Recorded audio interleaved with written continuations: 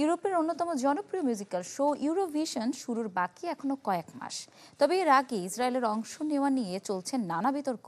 এরই মধ্যে আসরটি বয়কট করেছে ফ্রান্স সহ 4টি দেশ। ফিলিস্তিনে নির্মম আগ্রাসন চালানো ইসরায়েলকে প্রতিযোগিতায় ঠাঁই দিলে ভবিষ্যতে ইউরোভিশন থেকে সরে যেতে পারে আরও কিছু দেশ। ম্যাক্স, দেশের সবচেয়ে শক্তিশালী 52.5 এন গ্রেডের পিসিসি সিমেন্ট। গাজায় ইসরায়েলের চালানো নির্মম হামলার আঁচ লেগেছে এবারের ইউরোভিশন মিউজিক্যাল প্ল্যাটফর্মে। ইসরায়েলের অংশগ্রহণের কারণে ইউরোভিশন থেকে নাম প্রত্যাহার করেছে 4টি দেশ। অনুষ্ঠান থেকে নিজেদের সরিয়ে নিয়েছে 7 বারের বিজয়ী আয়ারল্যান্ড ও 5 বারের বিজয়ী নেদারল্যান্ডস।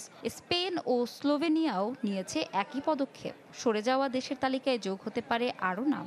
এতে প্রতিযোগিতার ইতিহাসে সবচেয়ে বড় সংকটই ইউরোপের অন্যতম বড় মিউজিক্যাল প্ল্যাটফর্মটি। এবছর জুরি ভোটের পর ইসরায়েলের অবস্থান ছিল দ্বিতীয়, তবে পাবলিক ভোটে তাদের অবস্থান ছিল শীর্ষ। ফলে ভোটিং ও প্রচার প্রক্রিয়া নিয়ে উঠেছে প্রশ্ন।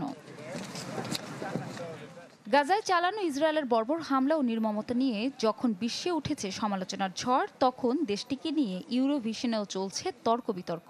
এবার ইউরোভিশন পরিবারের সেই ফাটল উঠে এসেছে বিশ্বের সামনে। ইসরায়েলকে বাদ দেওয়া হবে কিনা তা নিয়ে সরাসরি ভোট না হলেও প্রচার ও পাবলিক ভোটিংয়ে নতুন নিয়ম নিয়ে ভোট হয়।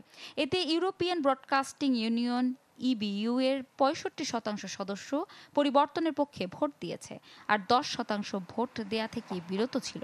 তবে সংখ্যাগরিষ্ঠ ভোটে নতুন নিয়ম পাশ হওয়ায় ইসরায়েল প্রতিযোগিতায় থাকার সুযোগ পায়। এতে ক্ষুব্ধ হয়ে অন্য দেশগুলো সরে দাঁড়ায়। এসব দেশের মধ্যে স্পেন ছিল এই আয়োজনের অন্যতম বড় অর্থদাতা। স্পেন প্রতিযোগিতা থেকে সরে যাওয়ায় ফ্রান্স, জার্মানি, ইতালি ও যুক্তরাজ্যকে আয়োজনের সিংহভাগ খরচ বহন করতে হবে। আমাদের জীবনের একটি অংশ, এটি আমাদের অস্তিত্বের জন্য অত্যাবশ্যক। আমরা সারা বছর ধরে এটি উপভোগ করি। এটি দুঃখজনক এবং বেদনাদায়ক খবর।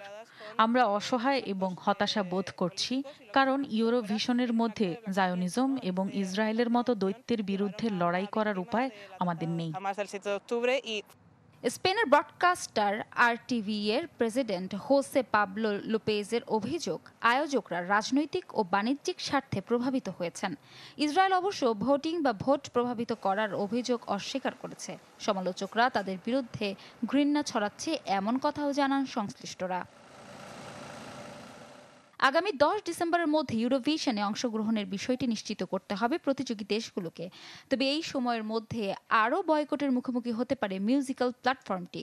2026 সালের মে মাসে ভিয়েনায় বসবে ইউরোভিশনের আসর। ইউরোভিশন পরিচালক মার্টিন গ্রিনের ধারণা, আগামী বছর 35টি দেশ অংশ নিতে পারে এ আসরে। ইফতিতা জামান, চ্যানেল 24।